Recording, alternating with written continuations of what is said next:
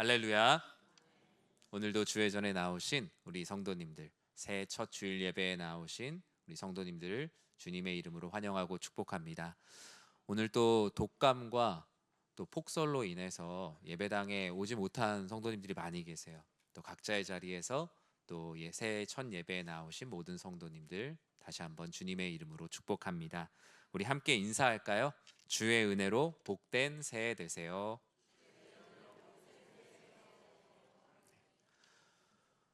작년 한 해를 열심히 살아내시느라 수고 많으셨습니다. 올 한 해 기쁜 일도 있고 만만치 않은 일들도 있겠지만 주님이 우리와 함께 하심을 믿고 담대함으로 살아내는 모든 성도님들 되시길 진심으로 축복합니다.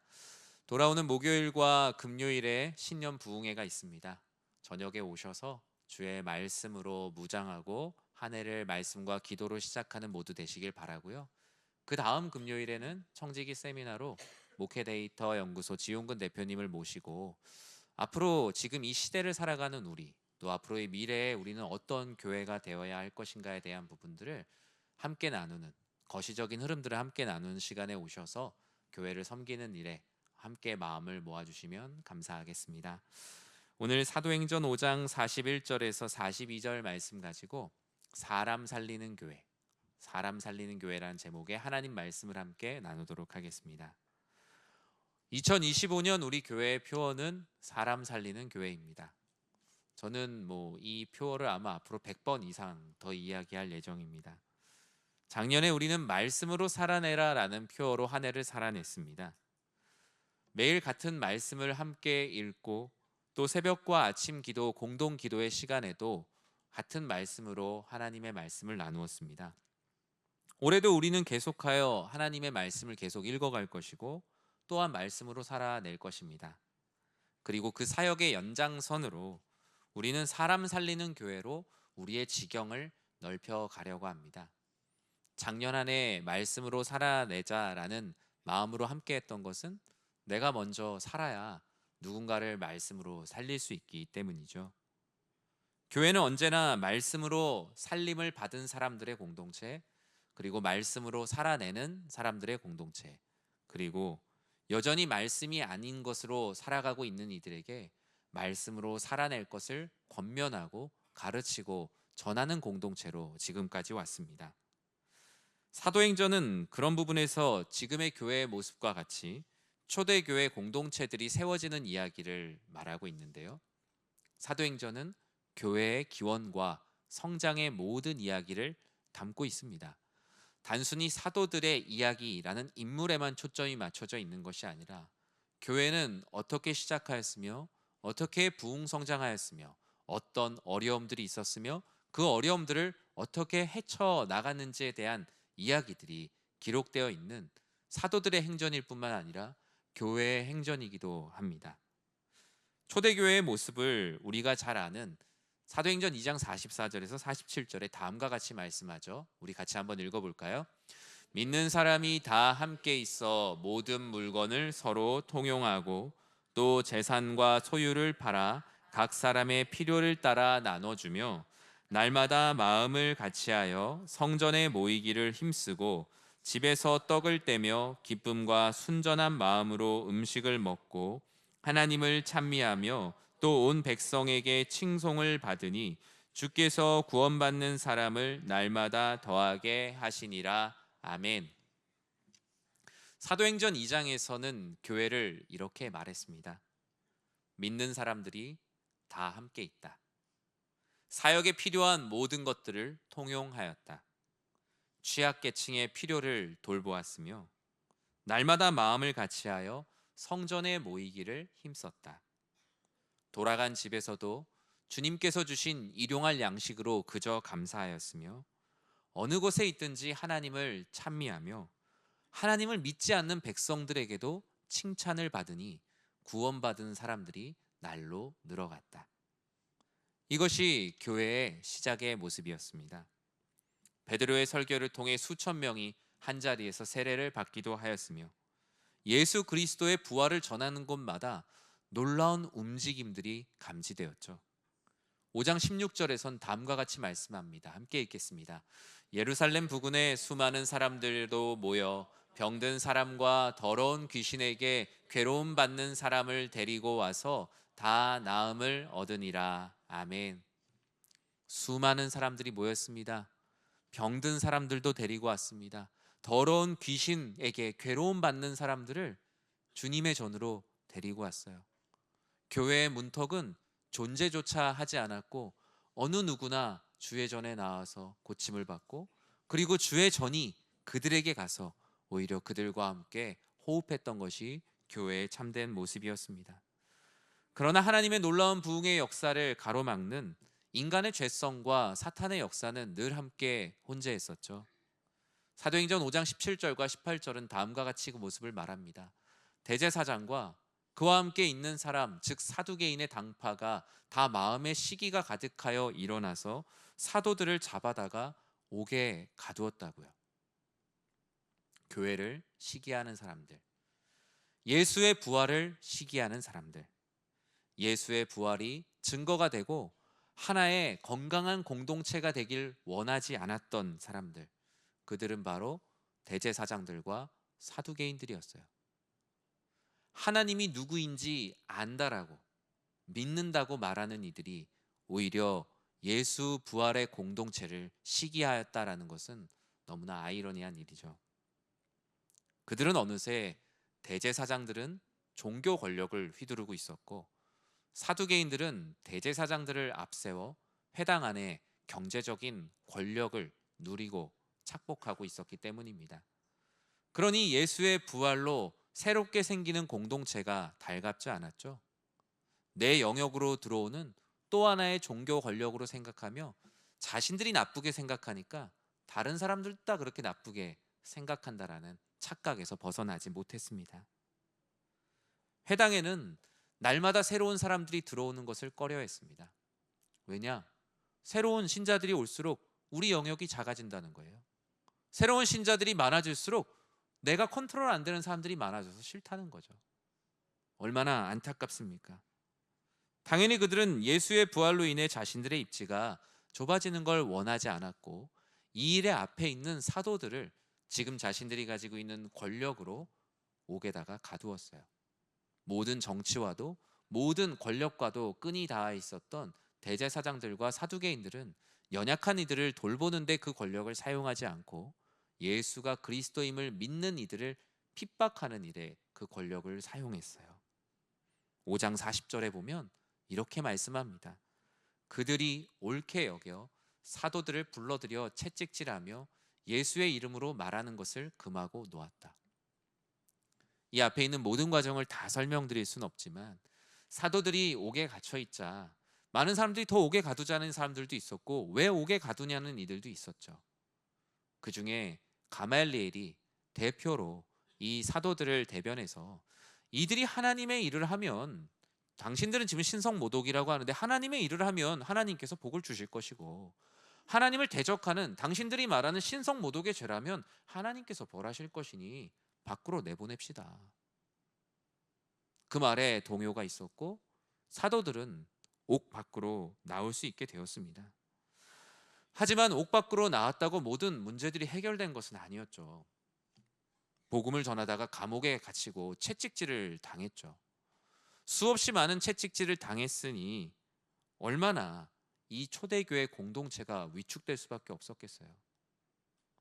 예수는 그리스도라는 것을 믿고 마냥 모든 것이 잘 될 거라고 생각했는데, 우리의 리더들이 감옥에 갇히고 감옥에 갇힐 뿐만 아니라 거의 실신 직전까지 맞고 돌아왔는데, 초대교회 공동체가 아무래도 인간적으로 주저주저하지 않았을까요? 겁이 나지 않았을까요? 만약에 이 맞고 온 사람들이 정말 인간적인 마음만 있었으면 어땠을 것 같습니까? 아마 후회를 했을 수도 있어요. 왜 내가 괜히 나서갖고 앞에서 이런 일을 해갖고 이렇게 실컷 맞았나. 다시는 내가 복음을 전하지는 말아야겠다. 그냥 나 혼자 조용히 믿어야겠다. 만약에 이게 인간적인 사회개혁과 혁명이었다면 그들은 자신들의 마음이 꺾이고도 남을 만한 아주 참혹한 일을 겪고 돌아온 것입니다. 그런데 이 초대교회 공동체 안에서 놀라운 변화들이 일어납니다. 41절은 사도들을 필두로 이러한 말들을 하고 있어요. 함께 읽겠습니다. 사도들은 그 이름을 위하여 능욕받는 일에 합당한 자로 여기심을 기뻐하면서 고행의 앞을 떠나니라. 아멘. 초대교회 공동체는 사람 살리는 교회가 되기로 다시 한번 마음을 다잡습니다. 사람이 죽어나가는 상황 가운데 그들은 사람 살리는 교회가 되기 위해 능욕당함을 기뻐하였다라고 말합니다. 사도들은 채찍질을 당하고 거의 실신 상태에 이르렀습니다.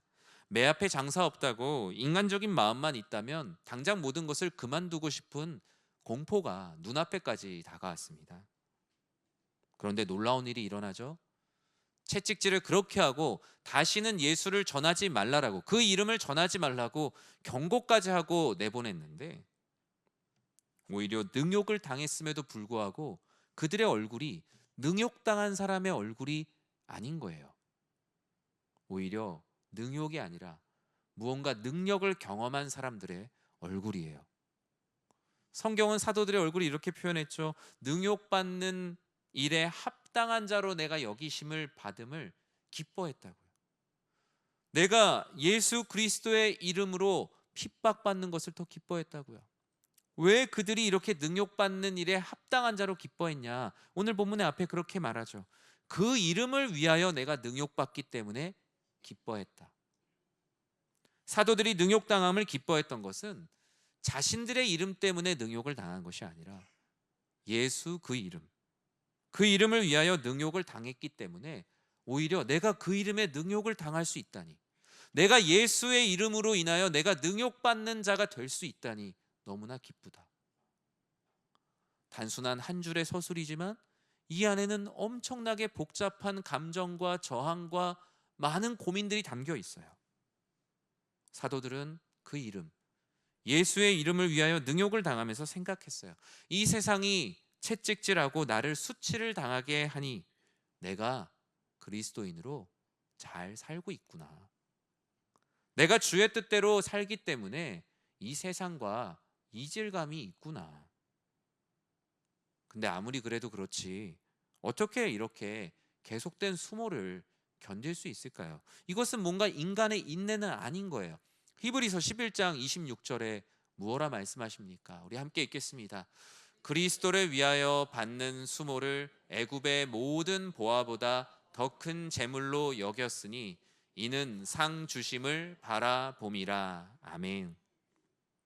사랑하는 성도 여러분, 내 이름을 위하여 살아가는 일, 내 자존심을 위하여 살아가는 일에는 슬픔과 고통만 가득합니다. 그러나 예수의 이름을 위하여 능욕받는 삶, 그 삶에는 주님을 위한 기쁨과 이루 말할 수 없는 은혜가 숨겨져 있음을 기억하시기 바랍니다.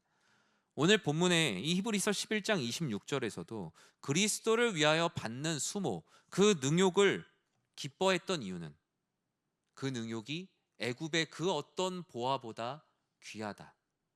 그리고 자기의 이름을 바라보는 것이 아니라 내가 영광 올려드릴 상 주시는 이이신 하나님을 바라보기 때문에 내가 능욕당함을 기뻐했다라고 고백하고 있지 않습니까? 그런데 언제부턴가 우리는 그리스도인으로 세상의 이질감보다는 내 안에 자꾸 점점 동질감이 커지지 않나라는 생각을 합니다. 이질감이 불편해서, 그리스도인으로 이 세상과 살아가는 이질감에 내가 너무나 불편해서 그냥 둥글게 살자. 그냥 신앙생활도 적당하게 둥글게 살자.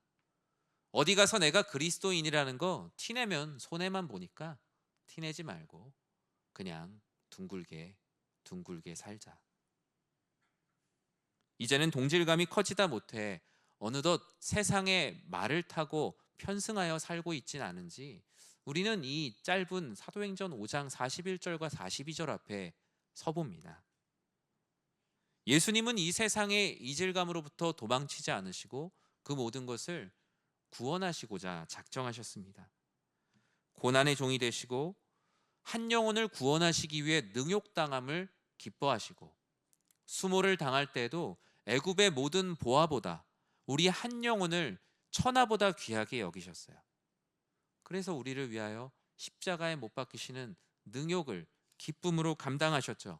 자신의 자존심을 바라보지 않고 나를 이 땅 가운데 보내신 상 주시는 이신 성부 하나님만을 바라보시며 겟세마네에서 땀방울이 핏방울이 되도록 기도하신 것 아니겠습니까?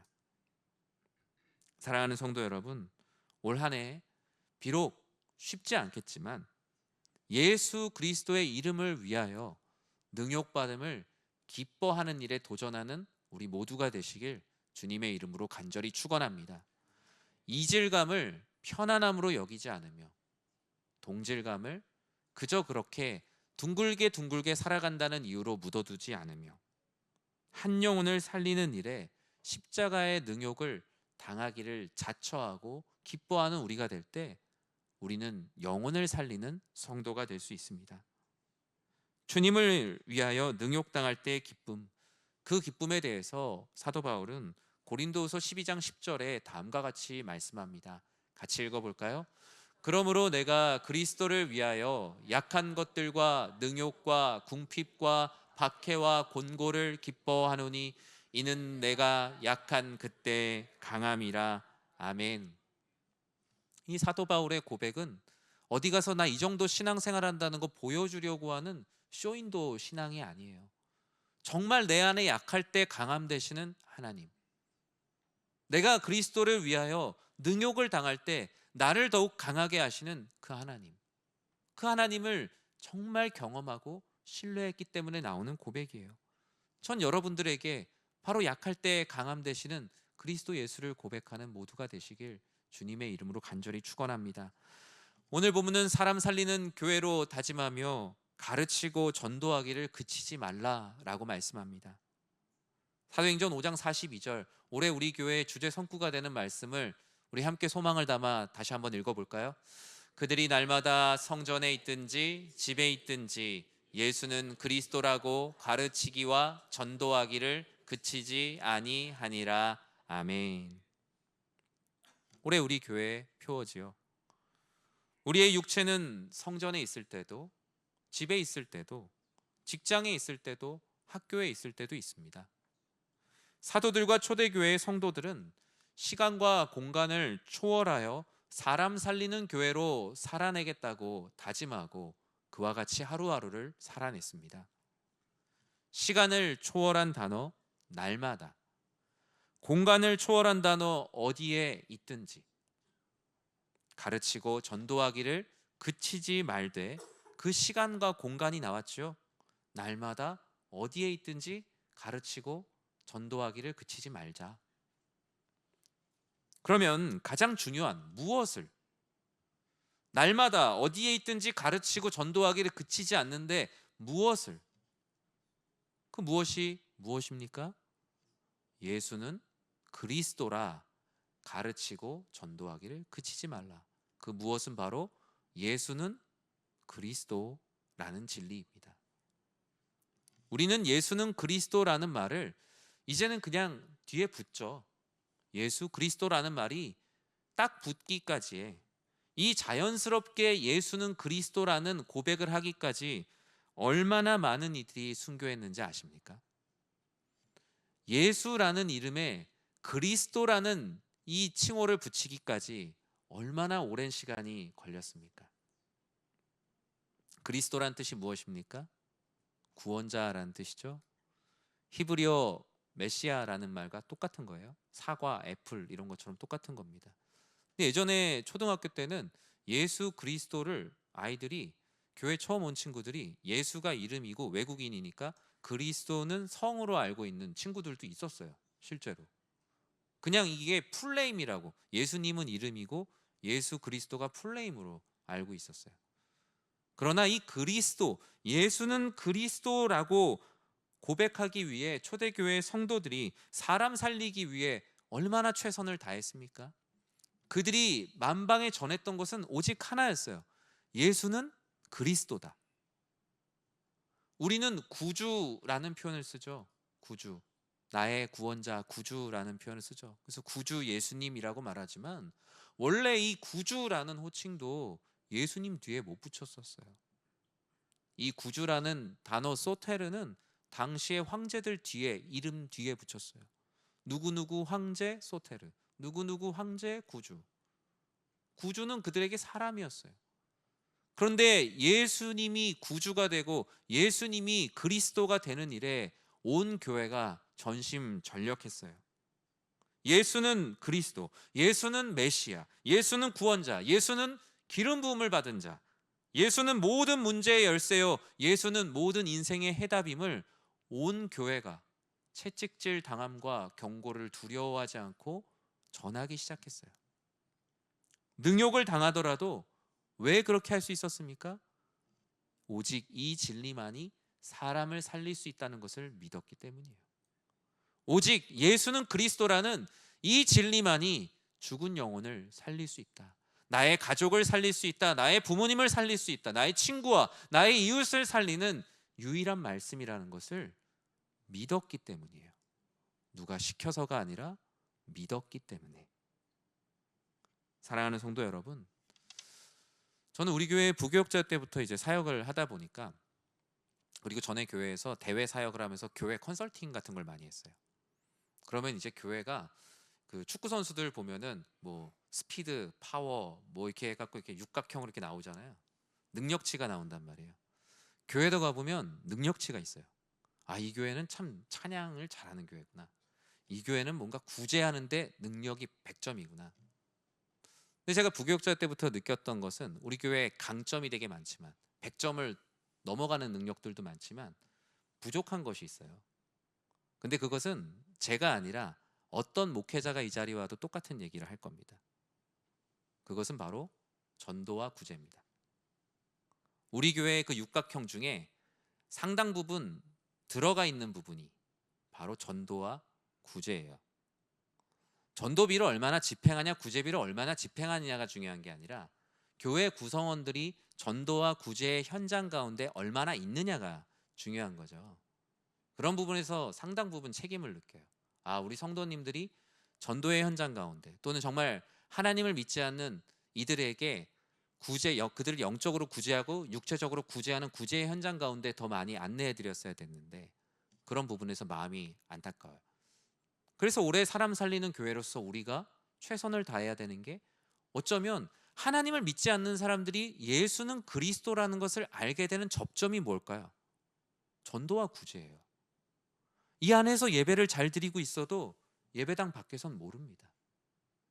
이 안에서 우리가 열심히 찬양을 하고 있지만, 우리는 하나님께 영광 올려드리지만, 예배당 밖에 예수가 그리스도임을 알지 못하고 죽어가는 사람들은 이 찬양이 무엇인지 잘 몰라요. 이 예배와 찬양의 은혜를 우리가 알게 해드려야 되잖아요. 그러면 우리가 예배당 밖으로 날마다 어디에 있든지 예수는 그리스도라고 가르치고 전해야 되지 않겠습니까? 올해 우리는 곧 사람 살리는 일을 작정할 거예요. 우리의 의지에 기대지 않고 하나님께 마음에 품고 있는 영혼들을 살리기 위한 내 나름대로의 구조 명단들을 올해 한번 작정하는 시간을 가질 거예요. 보통 교회들이 뭐 태신자 작정이다, 뭐 VIP 뭐 작정이다 하는데, 저는 교회 성도님들이나 인원을 늘리는 일에 이걸 수단으로 사용하고 싶은 생각이 추호도 없어요. 먼저 세 가지 영역으로 우리는 작정을 할 겁니다.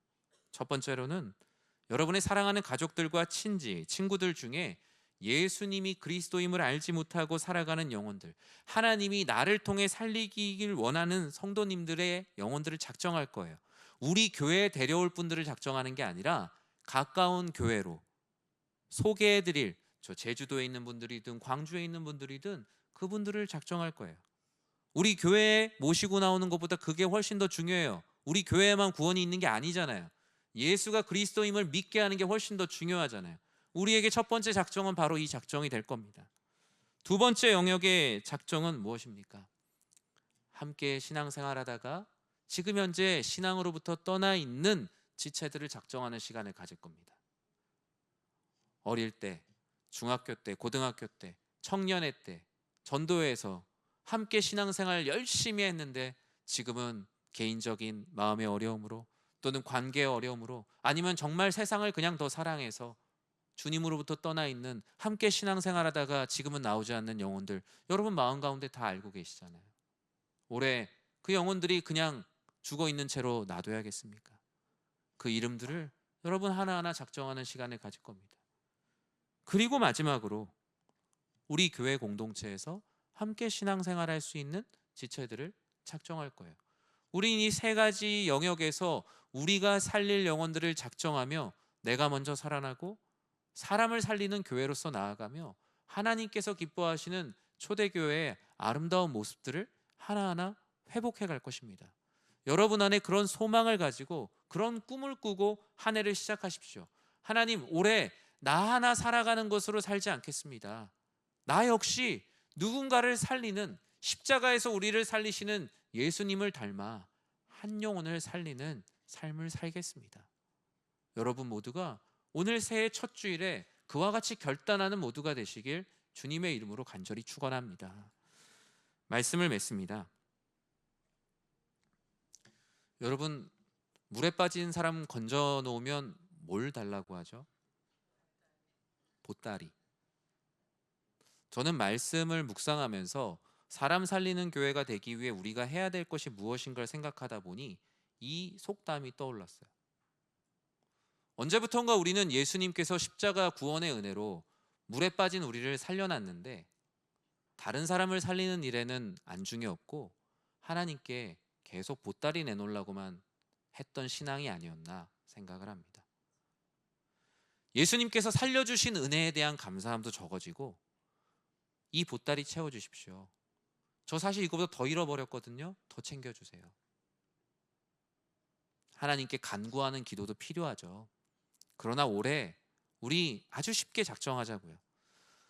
두 손에 다 보따리 들고 있지 말고 한 손 정도는 내려놓자고요. 한 손 정도는 지금도 여전히 나와 같이 물에 빠져 있는 사람들 구하는 일에 그 손을 뻗쳤으면 좋겠다. 물에 빠진 사람이 나 살았다 보따리에 집중하는 동안 내 형제, 자매, 친구, 부모님, 이웃들도 그 물에 빠져 있다는 생각을 우리가 너무나 잊고 있는 거예요. 보따리 때문에. 교회는 보따리에 관심 있는 것이 아니라 언제나 나와 같이 물에 빠져 있었던 사람 쪽을 바라봐야 합니다. 그게 바로 진정한 교회 공동체지요. 그게 바로 나를 무에서 구원해 주신 그 주의 은혜에 감사하는 삶이죠. 여러분, 올해 어쩌면 빈 그물이 될 수도 있습니다. 하지만 주님께서는 그 빈 그물이라도 끊임없이 던지며 사람을 살려보겠다고 하는 그 영혼을 기뻐하십니다. 얼마 전에 참 무한공항에 참사가 나고 나서 한 병원의 응급실 의사분이 그런 글을 올리셨더라고요. 사고가 났다는 소식을 듣고 많은 분들을 살리고 싶었다. 그래서 모든 베드를 다 뜯어다가 대학병원에 이제 이곳에 와서 살릴 분들을 기다렸다는 거예요. 그런데 단 한 분도 도착하지 못했다는 거예요. 사람을 살리려고 일반 병실에 있는 베드까지 응급실로 다 가져왔는데 한 영혼도 도착하지 못해서 마음이 너무나 아프다. 내가 응급실에 있었던 그 시간 동안 가장 힘든 시간이었다라고 말해요. 우리들의 시간도 계속 흘러갑니다. 나의 사랑하는 가족들, 친구들, 이웃들, 여전히 물에 빠져 구원을 요청하는 이들에게 우리의 보따리 하나 정도는 내려놓고 사람 살리는 신앙생활, 우리도 사람 살리는 교회가 되어야 하지 않을까요? 내년이면 교회가 80주년입니다. 올해 교회에 이런 표를 삼았던 이유에 대해서 이전에 말씀드렸죠. 그 80주년이 우리의 이름을 기뻐하는 시간이 아니라 우리를 구원하신 예수님의 이름 앞에 부끄럽지 않은 80주년을 맞이하고 싶었어요. 그래서 가장 교회다운 교회가 무엇일까? 예수는 그리스도임을 가르치고 전도하는 교회. 그리고 여전히 주님을 알지 못하고 영육간에 지치고 힘든 영혼들을 품을 수 있는 환대의 공동체. 우리 사랑하는 성도님들을 통해서 여러분들의 자녀와 형제와 부모, 친구, 친지, 동료들이 살아나는 놀라운 역사의 주인공으로 쓰임 받으시길 주님의 이름으로 간절히 축원합니다.